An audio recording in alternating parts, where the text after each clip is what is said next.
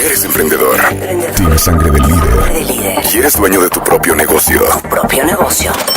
Nosotros te ayudamos a que crezcas. Enchúlame el changarro 2016. Métete ahora a martadebaile.com.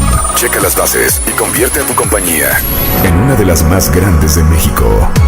Enchúlame el changarro 2016. A punto de transformar tu negocio. Are you ready? Estamos de vuelta. Caminito de la escuela, apurándose a llegar, con sus libros bajo el brazo. Muy bonito. Muy bonito. O sea, con Cricri estamos recibiendo a Aurelio Nuño, secretario de Educación Pública en México, elegido en agosto del año pasado. Es un hombre que es licenciado en Ciencias Políticas y Administración Pública por la Universidad Iberoamericana, maestro en Estudios Latinoamericanos por la Universidad de Oxford, en el Reino Unido. ¿Tienes acento inglés? No. ¿No? No, nunca se me pegó. No serías así de... Yes, excuse me, I am the Secretary of Public Education in Mexico. Cero acento. Oye, gracias por venir. Al revés, Marta, muchísimas gracias por la invitación. Ahorita les dije a los cuentavientes, ahorita viene Aurelio Nuño. ¿Cómo te digo? Aurelio, licenciado, maestro, doctor, señor. No, Aurelio, como quieras. Aurelio está perfecto. Mi gordo, como quieran. Pero les digo, pregunten lo que manden lo que le quieran preguntar. Y llegó un tuit que dijo, ¿sabes qué? Ponte bien perra con el secretario. A ver, les digo una cosa. Miren, número uno, este no es un programa político, es más social que cualquier otra cosa. Y esta idea de que para ser un buen comunicador o para ser un buen periodista tienes que ser un perro y ser incisivo, estoy totalmente en contra. Al final, aquí se trata, y la razón por la cual te agradezco que vengas, es porque queremos entender. Porque mira, hemos hablado de educación en este programa, Aurelio, sin parar. Creo que los cuentavientes ya son expertos en Finlandia, en Corea, en cómo estamos en lectoescritura, en cómo estamos en matemáticas. Y les voy a dar nada más cómo estamos en nivel educativo en México con la prueba PISA del 2012, aplicado en varios países, y ranqueamos en el lugar número 53. Silencio. ¿Qué vamos a hacer, Aurelio? Pues, a ver, ¿qué vamos a hacer neta? Claro. No empieces con, bueno, Marta, coadyuvarnos. Tienes prohibido decir cualquier palabra política. Me parece muy bien, Marta. ¿Qué vamos a hacer neta? Pues mira, hablando, es decir, con esa claridad, precisamente por eso es la reforma educativa. Que sé que se escucha, no, a lo mejor no se acaba de entender, puede sonar pues a tema político, finalmente lo es, pero ese dato que acabas de dar, de que México está en el lugar 53, de acuerdo a PISA, o a la prueba PISA de la OCDE, pues nos demuestra la Estamos verdad. En un hoyo. Pues sí, hay que reconocer que el sistema educativo, a pesar de que tiene muchas ventajas, es el quinto sistema educativo más grande del mundo, a pesar de todo ello, es un sistema educativo que no les está dando a los niños y a las niñas las herramientas que necesitan para competir y ser exitosos en el siglo XXI. Y por eso se tiene que hacer una transformación como esta, que es una transformación de todo el sistema, muy radical, por eso hay tantas resistencias y que toma tiempo. Eso también lo tenemos que entender, pero por lo mismo, por ese dato que acabas de dar, no hay de otra más que entrarle un cambio muy profundo. Y les digo una cosa, y lo platicamos la última vez que estuvo aquí Claudio X González de Mexicanos Primero, yo vi la reacción en redes y me impresiona mucho, cuentavientes, porque muchas veces lo que comentamos o nuestra opinión sobre el tema de la reforma educativa, o sea, ni siquiera la han leído. ¿Cuántas páginas son, Aurelio? Bueno, la reforma primero son un conjunto de cambios al artículo 3 de la Constitución, muy importantes, son varios párrafos, son 2 leyes nuevas que antes no existían, la ley de evaluación por un lado y la otra la del servicio profesional docente. Pero a ojo de buen cubero, ¿cuántas páginas son? Bueno, pues no lo sé, eso es nada más la parte legal. Aquí traigo conmigo toda la parte del nuevo planteamiento pedagógico. Yo eso lo veo como el Corazón de Piedra Verde, libro que nos tocó leer en segundo de secundaria, sí, pues que nadie quiso leer. Entonces yo digo, ¿cuántos de ustedes, o más? ¿Cuántos de ustedes han leído la reforma de educación? Pero ahí vamos a opinar sin saber. Corea es un gran caso. Imagino que como secretario de Educación tienes todos estos facts de cómo han pasado las cosas en otras partes del mundo. Corea se tardó más o menos 40 años en estar en un hoyo a ser casi primer nivel mundial. Exactamente. Hace 40 años, Corea era un país más pobre que México. E hicieron una reforma educativa parecida a la que estamos haciendo nosotros ahorita. Y la apuesta de Corea fue por una educación de calidad. Se han convertido en punta de lanza, son el número 2 o 3 estas pruebas PISA. Sí. Y eso le ha permitido a Corea tener un desarrollo económico que ahora es superior al de México, y la realidad es que el fondo de eso ha sido la educación, y es precisamente lo que queremos hacer con esto. Claro, a ver, yo no te lo voy a decir, tú solito me dices. Sí. ¿Cuál dirías que es la más grande falta de concepción, falta de entendimiento, la más grande confusión sobre la reforma educativa? Pensar que es en contra de los maestros, pensar que esta es una reforma punitiva, como se ha dicho, que es una reforma que va en contra de los derechos de los maestros, les vamos que va a quitar su castigar a todos, claro, que es una reforma que privatiza. Al contrario, esta es una reforma que lo que busca es fortalecer a la educación pública. Déjame una cosa que es sintomática de esto. En los estados donde por ejemplo, donde más problemas tenemos y más resistencias hay, como Oaxaca y Chiapas o Michoacán, el incremento de la educación privada ha sido altísimo, más grande que en el resto del país, por obvias razones. Si los niños no pueden terminar un ciclo escolar, pues los papás con gran esfuerzo empiezan a buscar opciones en las escuelas privadas. Entonces, primero aquí se trata de fortalecer la educación pública, pero además, segundo, este tema de que es punitivo, de que afecta a los maestros.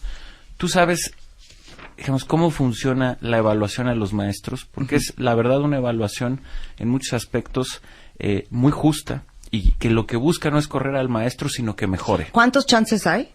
Mira, hay 3. Hijo, pero es que eso ya está, es que te digo una cosa, yo no puedo creer que digan que esto es injusto, porque injusto sería la primera, no pases el examen, claro, vámonos. Claro. O sea, primera oportunidad, segunda oportunidad, tercera oportunidad, solo te faltan los extemporáneos en la UNAM. Y además no pierde el empleo. Déjame platicarte. Primero, al que le va bien, al maestro que le va bien y saca una calificación de destacado, se le incrementa 35% el sueldo base. Entonces, al quien le va bien, tiene un premio muy merecido. Sí. Segundo, al que le va mal, se le capacita, al que no pasa, y un año después la presenta por segunda vez. Si no la pasa por segunda vez, se le puede capacitar y un año después la presenta por tercera vez.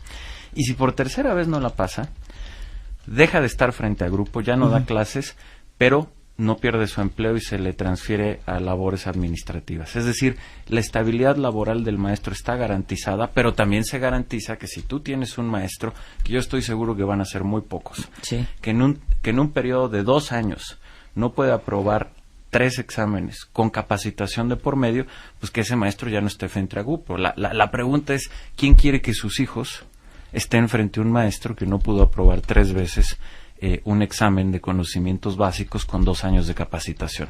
Me parece que nadie, y entonces ahí también obviamente lo que se quiere es garantizar el derecho de los niños a tener un buen maestro, pero el maestro no pierde su trabajo. Entonces, la reforma está construida para que en ese periodo de 2 años el maestro se capacite, sea mejor, y no lo que se busca es correr, sino mejorarlo. Oye, todo el chance del mundo. ¿No les contaba David Calderón a todos ustedes el viernes que los contratos a los maestros en Finlandia duran 1 año? Si en 1 año no fuiste un maestro espectacular, el siguiente año, adivina qué, como los contratos temporales de 3 meses aquí en México, no te lo renuevan, te vas a la banca, y qué oso te estás aventando por la importancia que le dan en Finlandia a los maestros. Piensen ustedes, cuando uno voló el examen final, primera vuelta, segunda vuelta, te fuiste al extraordinario, no vas a pasar al siguiente año. Claro. Y probablemente te corran del colegio. Claro. Aquí son 3 oportunidades que no doy crédito. Así es. Pues mira, lo que pasa es que el sistema, te repito, está construido para ayudar al maestro. Lo que queremos es que los maestros mejoren. Muchos maestros no han tenido la formación que requieren y no necesariamente ha sido su culpa. Entonces, este proceso va acompañado además de lo que llamamos una formación del maestro, que se va capacitando, va mejorando, y la idea es que tengamos mejores maestros, no correrlos, pero obviamente pues tiene que haber un sistema que tenga esos puntos también finales, como esto de que si después de 3 veces no apruebas la evaluación, pues ya no puedes estar frente a un grupo, ¿no? Es que, perdón, difiero con la ley. Yo te voy a dar 3 chances. Si al tercero, porque aparte no son 3 chances en un espacio de 3 meses, son 3 chances en un espacio de 2 años. Así es. Perdón, pero si ya no aprendiste en 2 años, de veras te juro que no vas a aprender nunca. Y se acabó. Y le das chance a alguien que sí tenga la vocación. Perdón, ustedes piénsenlo así. Si ustedes supieran que el maestro de sus hijos pasó de panzazo, y lo dijo aquí Samuel Kahn de The Khan Academy, sí, claro. Lo dijo muy claro. El problema de las calificaciones y de decir que es a lo mejor un 80%, un 70%, significa que tú pasaste, por decirles algo, de primero a segundo de secundaria, con un... No nos vayamos lejos, Aurelio, me da mucha pena decírtelo a ti, secretario de Educación. Yo me gradué de preparatoria con 7.3. Eso nunca debería de haber sucedido, porque significa que no sé el 30% del 100. Por eso pasé con 70. Entonces, si a ustedes les dijeran que su maestro pasó con el 60%, saben que está cojeando de un 40%. Pero adivinen qué, ese es el maestro que les va a enseñar álgebra y cálculo integral a su hijo. Claro. Está cañón. Claro. Para que luego arrastres a tu hijo cuando llega al colegio con 6.3 en matemáticas, porque tiene un maestro que no le supo enseñar. Claro. Y por eso, pero a ver, por eso la idea, y es parte central de la reforma, es cómo vas mejorando a los maestros, cómo les das la capacitación para que puedan mejorar. Para eso sirven las evaluaciones. Las evaluaciones te permiten saber qué está haciendo bien un maestro y dónde tiene que mejorar para que le des la capacitación, y si el maestro te demuestra que ya sabe, pues adelante. Claro. Pero el sistema de evaluación sirve para eso, es tener información de qué hacen bien, qué es lo que tienen que mejorar, poder tener un control y ir teniendo cada vez mejores maestros en nuestro país. Entonces, regresando a tu pregunta, pues un poco mi pregunta es, ¿y dónde está lo punitivo aquí? Claro. ¿Dónde está una reforma que está hecha para afectar a los maestros? Eso no es cierto, es una reforma que lo que busca es salir de ese lugar número 53, ¿no? Claro, y a ver, otra gran mito, otra gran falacia sobre la reforma electoral. Digo electoral, educativa. Bueno, hay cosas que son ya francamente ridículas, como por ejemplo, que los libros de texto gratuitos ahora van a costar. Eso es absolutamente falso. Los libros de texto gratuito seguirán siendo, como lo dice su nombre, gratuitos, como lo son desde 1960, pero eso es un rumor. O uno de los mitos que ha permeado muy fuerte, particularmente entre padres y madres de familia. Segundo, que la educación pública va a dejar de ser gratuita y que entonces las cuotas que hoy se dan de manera voluntaria se van a volver obligatorias. Eso también es absolutamente falso. Es otro de los grandes mitos de la reforma. Otro de los grandes mitos de la reforma, por ejemplo, es que no se preocupe por la infraestructura de las escuelas, que sin duda están en un estado muy complicado, muchas de ellas, pero que déjame decirte, hoy gracias a la reforma educativa sabemos algo que es increíble, pero que antes no sabíamos. Antes de la reforma educativa en este país ni siquiera sabíamos ni cuántas escuelas ni cuántos maestros había. Ese era el nivel de retraso que teníamos. La reforma mandatoria obligó a hacer un censo. A partir de este censo educativo, por primera vez, hoy sabemos cuántas escuelas y cuántos maestros hay con toda esa actitud en el país, y por lo mismo pudimos hacer también un programa, porque hoy sabemos cuáles son las principales carencias que tienen las escuelas. Por ejemplo, sabemos que el 16% de las escuelas no tienen baños o que 10% no están conectadas a la red eléctrica, pero al saber eso, nos permitió hacer un programa en donde se están invirtiendo 50,000 millones de pesos, es decir, 3,000 millones de dólares, para poder arreglar un poco más de 33,000 escuelas. Ese es otro mito. Dicen, porque muchas me dicen, oye, pero todo es en contra de los maestros y todo es volarse a todo el mundo y no están preocupados por los baños y las computadoras. Exactamente. Eso también. Exactamente, y por eso también se atiende, obviamente, ¿no? Oigan, yo les pedí que ustedes mandaran las preguntas que tuvieran para el secretario de Educación y lo que quisieran saber. Nada más que yo les quiero hacer una pregunta a ustedes y lo mismo te voy a hacer a ti. La pregunta es la siguiente. Lugar número 53. O sea, Nueva Zelanda, Israel, Bélgica, República Checa, Suiza, Rusia, Dinamarca, Polonia, Irlanda, Canadá, Reino Unido, Finlandia, Hong Kong, Singapur, Japón, Corea del Sur. Todos están arriba que nosotros.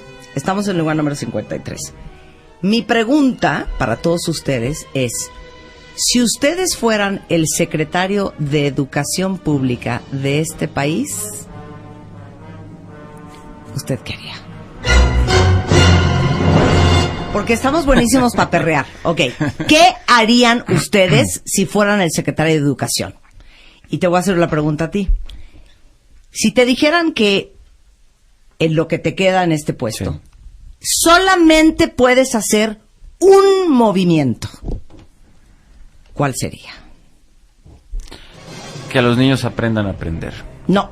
Esa es la clave. Tiene que ser más específico. Puedes hacer un solo movimiento. O sea, estamos aquí en un ajedrez. Sí. Y puede ser que si mueves a la reina, todo se va a acomodar. Si mueves al rey, si mueves al peón, si mueves... Un movimiento. Yo ya tengo el mío, ¿eh? Apoyar a los maestros para que estén mejor profesionalizados. Por eso, la clave es que acción, tengamos mejores maestros. Una acción. ¿Una acción? Invertiría 7.3 millones de euros en preparación durante 5 años consecutivos. Puede ser eso, por ejemplo. Ok, así de específico. Sí, así de específico. Ok, ¿qué harías? Un solo movimiento.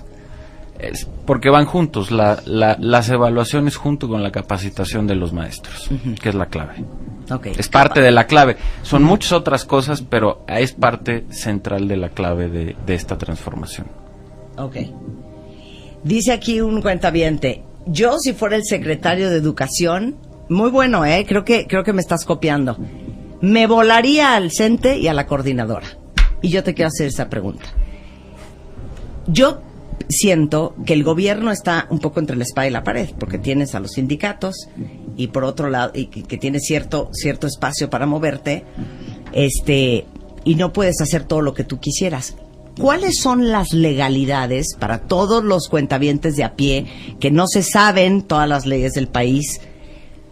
¿Por qué no puede el presidente decir, se acabó la babosada, como dice la mamá de Rebeca? Fuera CENTE, fuera coordinadora, el gobierno va a tomar la decisión única y absoluta para darle la vuelta a la educación en México y que los niños tengan la mejor educación competitiva a nivel mundial. Bueno, a ver, en primer lugar... Es que no soy politólogo. No, por eso quiero saber. O sea, ¿por qué no pueden decir eso? Se acabó. Bueno, en primer lugar, el sindicato pues es un derecho de todos los trabajadores, pero déjame ir un poco más allá.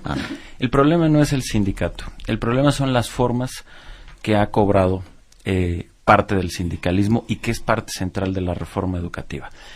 Nosotros veníamos de un sistema en donde el Estado había perdido la capacidad de ser el rector del sistema educativo y en donde muchas decisiones las tomaba el sindicato. El ejemplo más claro es, por ejemplo, lo que nos venía sucediendo en Oaxaca, en Chiapas, en donde era como una especie de autoridad paralela.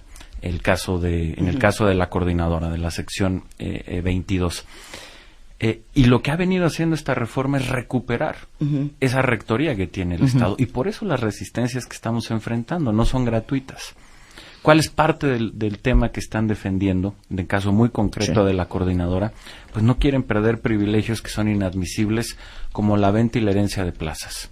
En lugar de que los maestros... Becados. Tú no lo puedes decir, yo sí lo puedo decir, estar becados. No, es que yo creo que es peor que estar becados, Marta. O sea, tú imagínate que el sistema para que tú obtengas una plaza de maestro sea o porque la compres o porque la heredaste.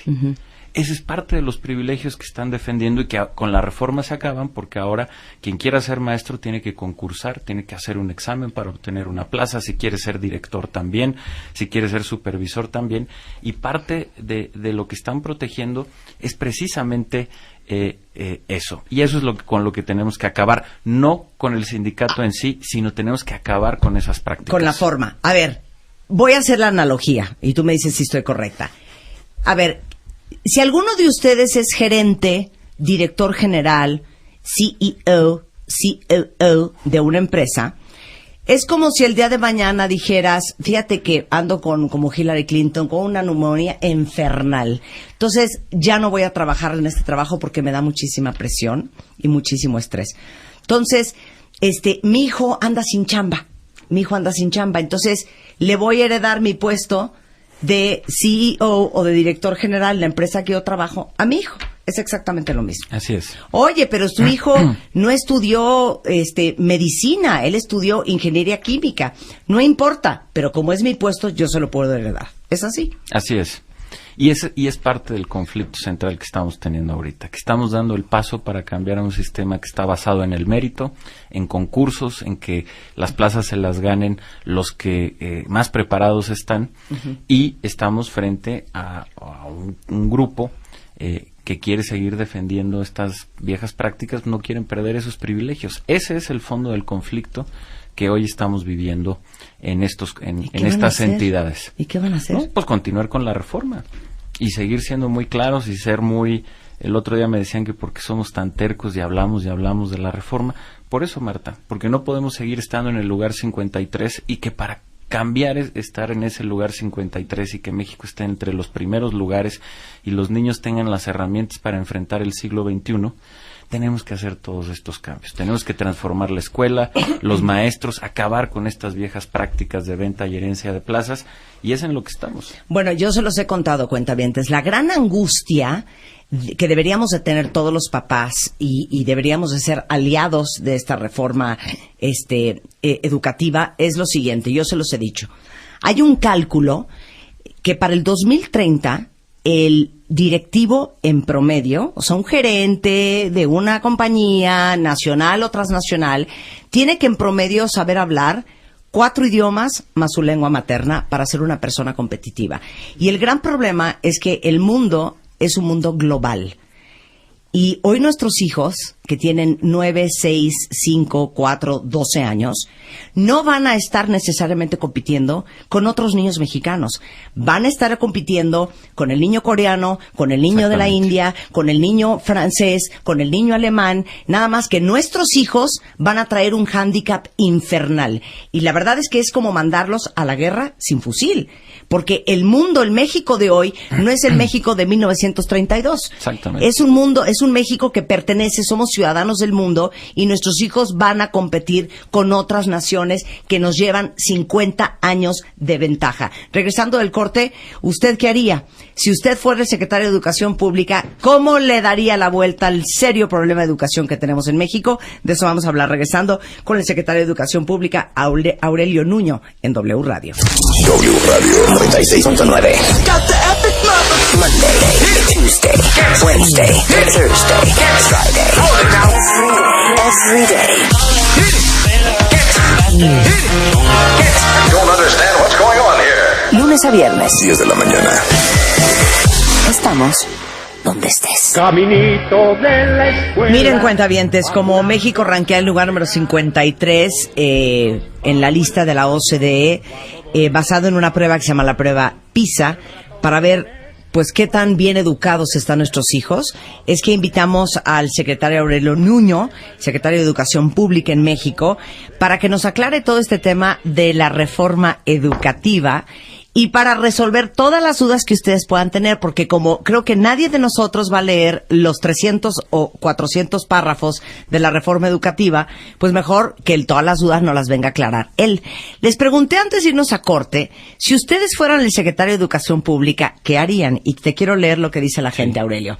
Dice por aquí Jessica, salarios decentes para los maestros, adiós sindicato, maestros aptos y calificados, como en cualquier empresa de la industria privada. A ver, esos 4. Bueno, primero, en el caso de los salarios de los maestros, por ejemplo, les decía hace un momento, a los maestros que les va bien en la evaluación y obtienen una calificación destacada, reciben un incremento de 35% sobre su sueldo base, que es un incremento grande, importante, y que después, porque los maestros se tienen que evaluar cada 4 años, si ese mismo maestro 4 años después vuelve a ser destacado, vuelve a tener un incremento de 35%, es decir, ya tiene un incremento de 70% en su sueldo. Y así se va con el resto de las evaluaciones hasta que puede llegar a tener un 180% más de su sueldo que se ha ganado porque ha demostrado que tiene muy buenos conocimientos y que es un muy buen maestro. Entonces estamos en la ruta de mejorar significativamente los salarios de los maestros que demuestran que son maestros muy buenos y muy competentes. Ok, pregunta, ¿cuántas plazas hay más o menos? Bueno, en educación básica estamos hablando de 1.200.000 maestros. Ok. De esas plazas que hay, Sí. ¿cuántos maestros ejercen? O sea, en un salón de clases. No acomodando libros, no en el archivo, no en el secretariado. ¿Cuántos están dando clases? Pues mira, más o menos es el dato que tenemos porque, déjame decirte, y es parte de los atrasos que tenía nuestro sistema educativo y lo que estamos corrigiendo. Eso es algo que no se sabía bien antes y que incluso ahorita estamos haciendo auditorías de las nóminas de cada uno de los estados para tener claridad de cuántos son los maestros que están frente a grupo y cuáles son los que no están. Déjame darte un ejemplo.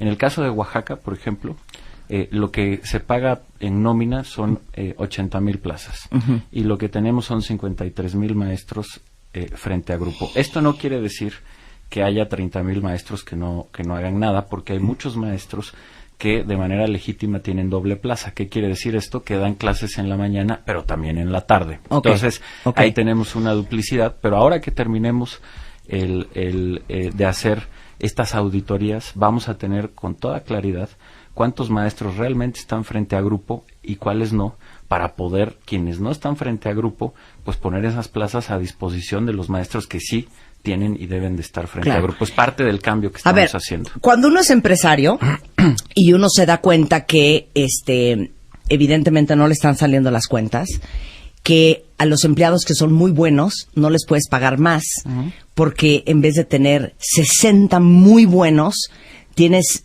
becados como a 40 y podrías a lo mejor prescindir de como unos 15. Entonces lo que hacen las empresas es que pues hay despidos. Y entonces dices, para la sanidad de la empresa y para que tengamos gente muy competente y que tengamos mejores números al cierre del año, pues vamos a hacer un recorte.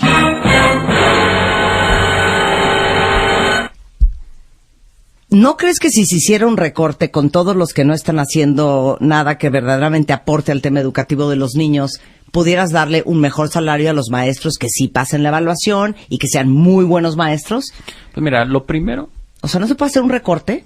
Mira, más que un recorte, lo primero que tenemos que acabar de hacer y tener claro es cuántos maestros están frente a grupo, quiénes no, y primero regresarlos a que estén frente a grupo. Déjame ponerte otro ejemplo de lo que hemos hecho. Hay una cosa que se llama comisionados sindicales. Esto es una figura que existe por ley y es cuando un maestro o en cualquier otro lugar toma funciones sindicales y deja, por lo tanto, no tiene tiempo de estar en clases. Eso es legal. Pero ¿qué prohibió la reforma educativa? Que quienes estuvieran como comisionados sindicales tuvieran goce de sueldo. Eso ya no es legal. Y entonces nosotros dejamos de pagar a todos los comisionados sindicales. El sueldo de esos comisionados sindicales los tiene que pagar el sindicato, ya no la autoridad. Claro. Y los que no, pues tienen que regresar a clases. Y hemos hecho ese proceso. Y pasar el proceso de evaluación. Exactamente. Y ni modo.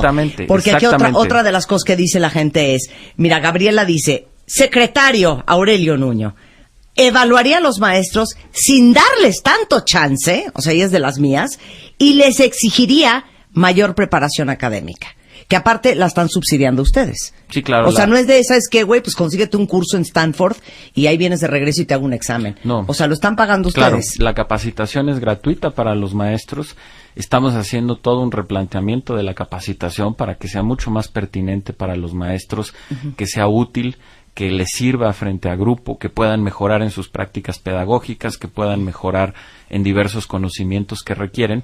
Y esta es una oferta que lo que estamos buscando es diseñar un traje a la medida de cada una de las necesidades de los maestros. ¿Y cómo se puede saber esto? Y por eso la importancia de la evaluación. Pues la evaluación te dice, oye, este maestro, por poner un ejemplo, está muy bien en pedagogía, pero no está tan bien en matemáticas. Bueno, pues entonces le damos capacitación en matemáticas para que aprenda lo que tiene que aprender y mejore, o viceversa. Claro. A lo mejor este maestro sabe mucho de historia, pero lo que le falla es la pedagogía. Bueno, pues que tome un curso de pedagogía, ¿no? Claro. Ahora, lo triste de la educación, y ya ven que a Corea le tomó 40 años, es que no se le da la vuelta a un sistema educativo en un sexenio. No hay forma. Esto es un trabajo de super follow-up en los años venideros. Mi pregunta es, ahorita estamos tratando de ver cómo componemos el merequeteque que hay. Exactamente. Ok. Para que lo nuevo no venga ya mal de origen. Sí. Vuelvo a poner el ejemplo de Finlandia. En Finlandia tienes que tener una maestría, 2 años, tener experiencia. O sea, es un infierno ser maestro. Para los nuevos maestros, y para que no acabemos de, ay, pues sí, es que, pues mientras se casa, va a ser maestra de kinder, ¿no? O sea, una buena preparación y cómo van a ser el filtro para las nuevas generaciones de maestros para que ya vengan bien y bien preparados. 2 temas centrales. Primero, vamos a hacer todo un fortalecimiento de las escuelas normales, que es donde estudian para ser maestros, que es muy importante poderlas actualizar, que tengan mejores planes de estudio, etcétera. Pero un segundo cambio muy importante que da la reforma es que también permite que quienes estudien una licenciatura, quienes estén estudiando, por decir algo, historia, literatura, física, pero que también quieran ser maestros, también ahora ya se les da la oportunidad de poderlo ser. ¿Y cómo garantizamos que entren los mejores? Pues desde que entró la reforma hay un concurso de ingreso, que es una evaluación, y entran los que hayan sacado el mejor resultado. Y entran de acuerdo a lo que se llama una lista de prelación, y entonces pues van entrando del que sacó la mejor calificación y de ahí para abajo hasta que se llenan todas las plazas que se desocupan año con año. Y eso por primera vez nos está permitiendo tener una selección de los mejores, tanto de los normalistas como de los universitarios que también quieren ser maestros. Entonces, ahorita, por ejemplo, en el último concurso de evaluación, más o menos el 65% de los que entraron son normalistas, los que sacaron las mejores calificaciones, y un 35% son universitarios, que vienen de otras carreras, pero que también adquirieron conocimientos pedagógicos y que en el examen demostraron que saben de pedagogía, que saben de su materia y que están entrando a dar clases. Eso es un cambio fundamental. Antes no estaba. Déjenme platicarles un ejemplo. Yo estoy recorriendo las escuelas del país, y el otro día en una escuela aquí en la Ciudad de México me encontré con una directora muy joven, menos de 30 años, que me decía, pues yo soy fruto de la reforma educativa. ¿Por qué? Primero porque ella estudió pedagogía en la UNAM. Y entonces pudo concursar primero por una plaza, cosa que antes no hubiera podido ser porque no es normalista. Y después de que entró, al poco tiempo, hizo el concurso para ser directora. Y se ganó el concurso para ser directora. Y hoy es una directora joven de su escuela, muy exitosa, con ideas innovadoras. Preparada. Eso, previo a la reforma, hubiera sido imposible. Porque antes lo que sucedía es, primero, eran plazas automáticas, no había una evaluación. Sí. Y entonces en automático entraban quienes egresaban de las normales sin antes haber tenido una evaluación o un examen. Y segundo, hubiera sido imposible para alguien tan joven, a pesar de estar tan bien preparado, como es el caso de esta maestra, poder aspirar a una plaza de director. Porque para eso solo aspiraban los que ya llevaban muchos años en el servicio. Claro. Y segundo, las plazas no se ponían a concurso, se daban de manera discrecional, de acuerdo a relaciones políticas, si la llevabas bien con el líder sindical o con el secretario de educación de tal o X o Y estado. Claro. Era a ti al que te daban la plaza. Ese cambio, que es fundamental, es parte de lo que estamos haciendo. De la reforma educativa. Bueno, yo creo que muchos cuentavientes lo tienen bastante claro, porque yo creo que el gran grueso de los tweets dicen cosas como dice Yoshio y como lo dice Gaby. Yo haría una reforma igualita, inclusive hasta más dura, pero una fuertísima inversión en educación, y ahorita vamos a hablar de la inversión en educación en México, no permitiría movimientos como el del CENTE. Y aquí Gabriela dice, yo arranco mi sexenio como secretaria de Educación, Gabriela, volándome a todos los líderes sindicales, y eso es bastante común en todas las redes. Eso es de lo primero que haría. Todavía no me has explicado qué artículo, de qué ley, en qué párrafo dice que no tienen ustedes poder para a todos los sindicatos. No, bueno, a ver, ese es un derecho que tienen todos los trabajadores del país. Está desde la Constitución hasta en diversas leyes. Y aquí lo que es muy importante, y quiero reiterarlo, el sindicato, el sindicalismo, los líderes sindicales, y déjame ponerlo en términos muy llanos y muy simples, no son malos. Nosotros trabajamos con muchos de ellos, se trabaja muy bien. Lo que sí requiere el sistema educativo, y es lo que estamos haciendo y es parte de las resistencias, tenemos que cambiar cómo funciona el sistema.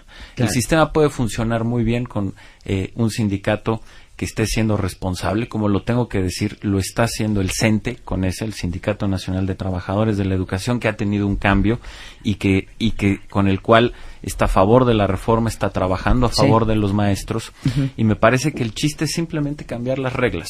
Lo que te decía hace un rato, terminar como lo marca la reforma con la herencia y la venta de plazas, acabar con esos vicios, sustituirlos por concursos que nos aseguremos que lleguen los mejores, y que en eso podemos tener un acuerdo con el sindicato y sus líderes sin lugar a dudas, y se puede caminar muy bien. En estos países, en Corea, por ejemplo, para poner un ejemplo, pues también hay sindicato de maestros. A ver, eso te iba a preguntar. Entonces, tú has ido a Corea, has ido a otras partes. ¿A dónde has ido a averiguar qué están haciendo? Bueno, ¿Con quién has hablado? Sobre todo, mira, yo he hablado con ministros de educación de diversos países del mundo. Dame la lista, más o menos. No, bueno, pues prácticamente con todos los de la OCDE, que es muy importante. Corea. Corea, Singapur, por ejemplo. Y particularmente hemos estudiado mucho cómo han funcionado sus reformas que han hecho Polonia, que es otro caso muy importante, y de ahí hemos tomado elementos, no para hacer una copia, porque cada país tiene que adaptar a su realidad una reforma, pero sí para poder adaptar a México prácticas importantes y exitosas. A ver, dame un ejemplo. Mira, yo te diría, la constante es primero, cómo formar mejores maestros, que hablábamos hace un rato. Cómo reclutas a los mejores, cómo tienes un examen que te permita reclutar a los mejores maestros. O sea, eso lo has visto en Polonia, en Singapur, sí, claro. En Corea, siempre están con ese tema. Cómo tienes un sistema de capacitación eficiente para que el maestro esté mejorando a lo largo de su vida profesional, cómo se premia a los buenos y que la esencia sea premiar al mérito y no premiar el amiguismo. Eso es una constante en estos países que han logrado hacer una transformación profunda. Segundo, una transformación de la organización de las escuelas. En México nos pasaba una cosa increíble. Las escuelas eran la última parte, déjame expresarlo así, de la cadena educativa. Y ahí estaban básicamente en el abandono, no solo en la infraestructura, sino en su organización. Y algo que es fundamental es darle al director, bajo una buena capacitación, el liderazgo que requiere para sacar adelante a su escuela. Segundo, quitarle carga burocrática a los maestros. En México ha habido un abuso brutal de pedirles papeleos absurdos a los maestros y a los directores. Te pongo un ejemplo que hoy sabemos. Hasta antes de la reforma, más o menos el 60% del director de una escuela lo tenía que dedicar a temas burocráticos en lugar de estar dirigiendo su escuela. Eso lo tenemos que quitar, es parte de la reforma. No solamente quitarles carga burocrática, sino la reforma crea una nueva figura que es el subdirector administrativo, para que haya alguien que se dedique, porque inevitablemente hay cosas que se tienen que hacer de papeleo, pero que el director se vuelva un líder de su comunidad educativa. Segundo, darle mayor autonomía de gestión a las escuelas. ¿Por qué? Porque las escuelas pueden ser muy innovadoras. En la reforma hay se construye lo que se llaman los consejos técnicos escolares. En esos consejos se reúne el director con todos sus maestros, es como el consejo de la empresa. Sí. Se reúnen su junta de consejo. Exacto. Y entonces ellos van haciendo una planeación de cuáles son sus objetivos por año, qué es lo que pueden lograr, cómo lo pueden hacer, y eso está cambiando la vida de las escuelas. Con un tema adicional. Antes se pensaba que la obligación del Estado era construir escuelas y pagar sueldos de maestros. Y algo en lo que nunca antes se había pensado hasta esta reforma es cómo vas a financiar el gasto corriente de las escuelas. ¿A qué me refiero con esto? ¿Qué pasa si en una escuela se rompe un vidrio? No tenían dinero para eso. O sea, porque el Estado construye las escuelas, paga el sueldo de los maestros, pero lo que pasa ya es otra cosa. Exactamente. Claro. Y entonces creamos un programa que precisamente se llama el Programa de la Reforma Educativa, que tiene 7,500 millones de pesos que estamos transfiriendo a las escuelas. Hoy llega ya a 25,000 escuelas, y que esas escuelas tienen ese dinero adicional que les permite tomar decisiones por sí mismos, desde cambiar un vidrio roto hasta comprar materiales educativos, comprar computadoras, pero son decisiones que ellos toman, porque el programa tiene esa flexibilidad. Entonces tú vas viendo cómo las escuelas recuperan esa comunidad de aprendizaje que es fundamental para que la educación funcione bien. Fíjense qué chistoso, sin darse cuenta, están dando toda la razón a lo engorroso que se ha vuelto este tema de la reforma educativa. Muchos dicen aquí en Twitter, es que esto suena más a una reforma laboral que a una reforma educativa.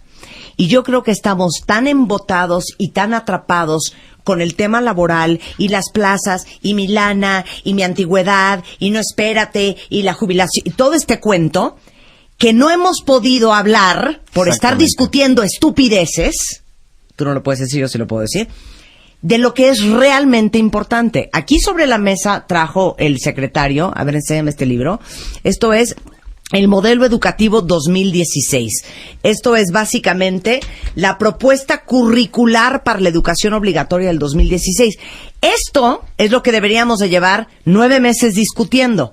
Si matemáticas, si educación sexual, si historia, si vamos a hablar de Benito Juárez o no, si vamos a hablar de geografía, cómo lo vamos a presentar, si los niños se van a tener que aprender las cosas de memoria o no. De esto deberíamos estar discutiendo.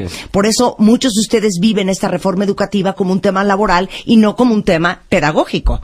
Exactamente, pero además hay que decirlo, yo no comparto esa crítica de que es una reforma laboral. Obviamente tiene elementos laborales. Sí, pero como solo se ha hablado de eso y seguimos duro y dale con el tema de las plazas y la antigüedad y el dinero, que entonces ahí está toda la atención y nadie está hablando de lo más importante que es esto. ¿Qué es eso? Ahora, nada más, porque también efectivamente tiene elementos laborales, pero si ves, sí hemos estado hablando de un tema profundamente educativo que es cómo mejorar a los maestros.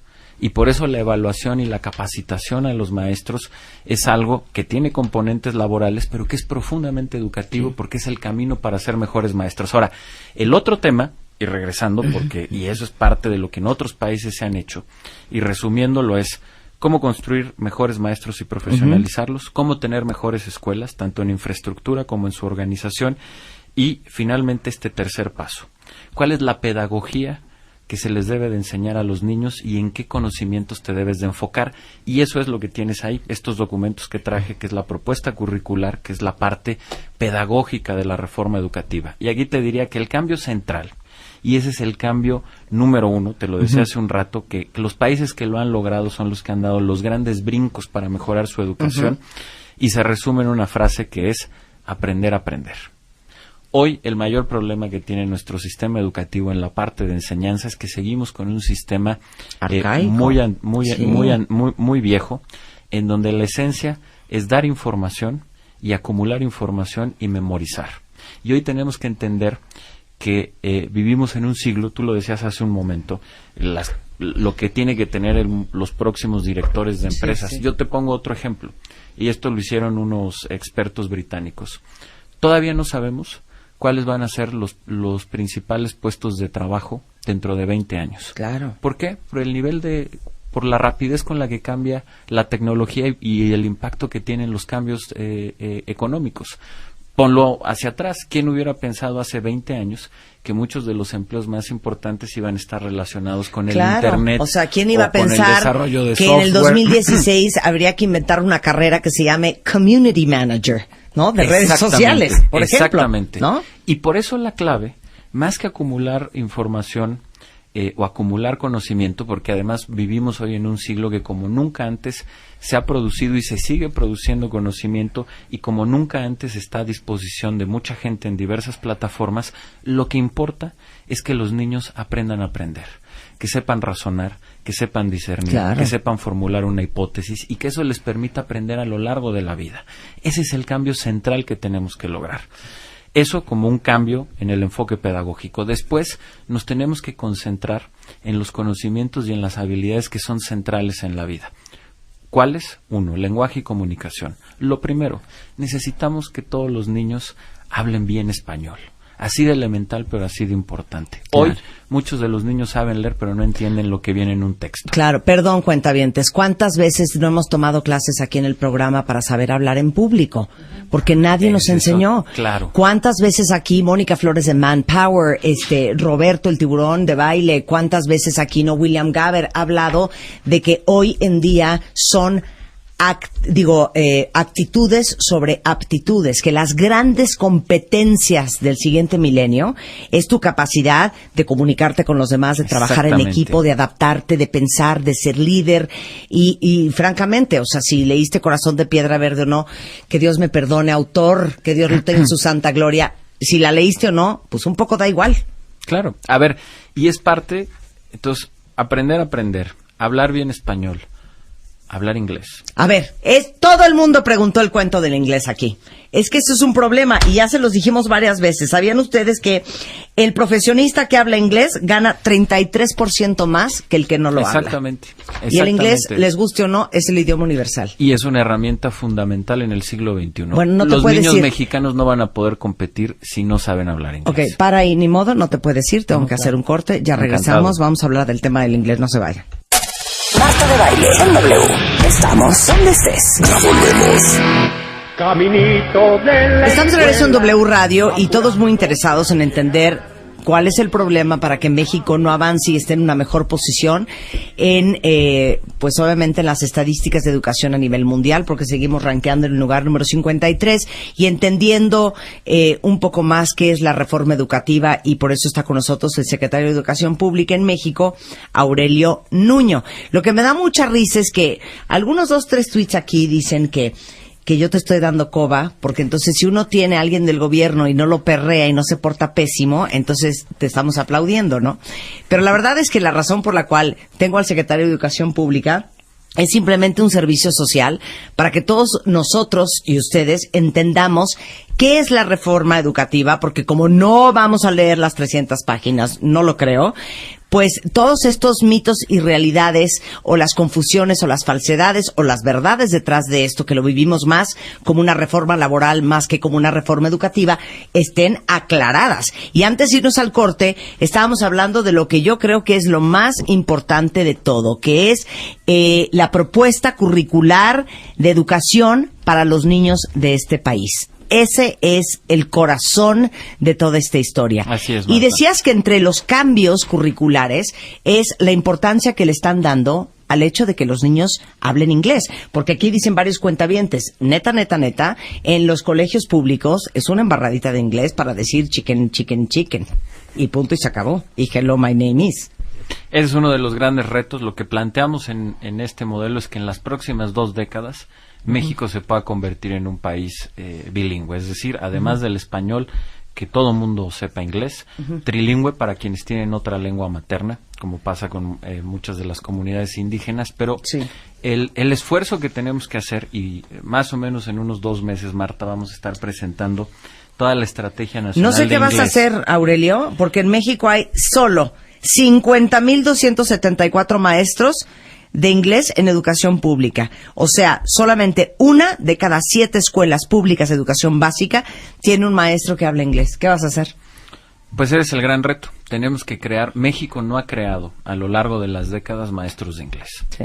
Y entonces el reto es doble. Primero, necesitamos que mejoren muchos de los maestros que hoy ya dan inglés. Hay maestros muy buenos, pero siempre se puede mejorar. Y segundo, el mayor reto, tenemos que empezar a crear maestros de inglés en el país. Y esa es la estrategia que vamos a presentar. ¿Cómo le vamos a hacer para ir teniendo cada vez más maestros de inglés y que cada escuela pública del país tenga un maestro de inglés? ¿Y cómo los vamos a certificar? ¿Cómo los vamos a calificar? Etcétera, ¿no? Claro.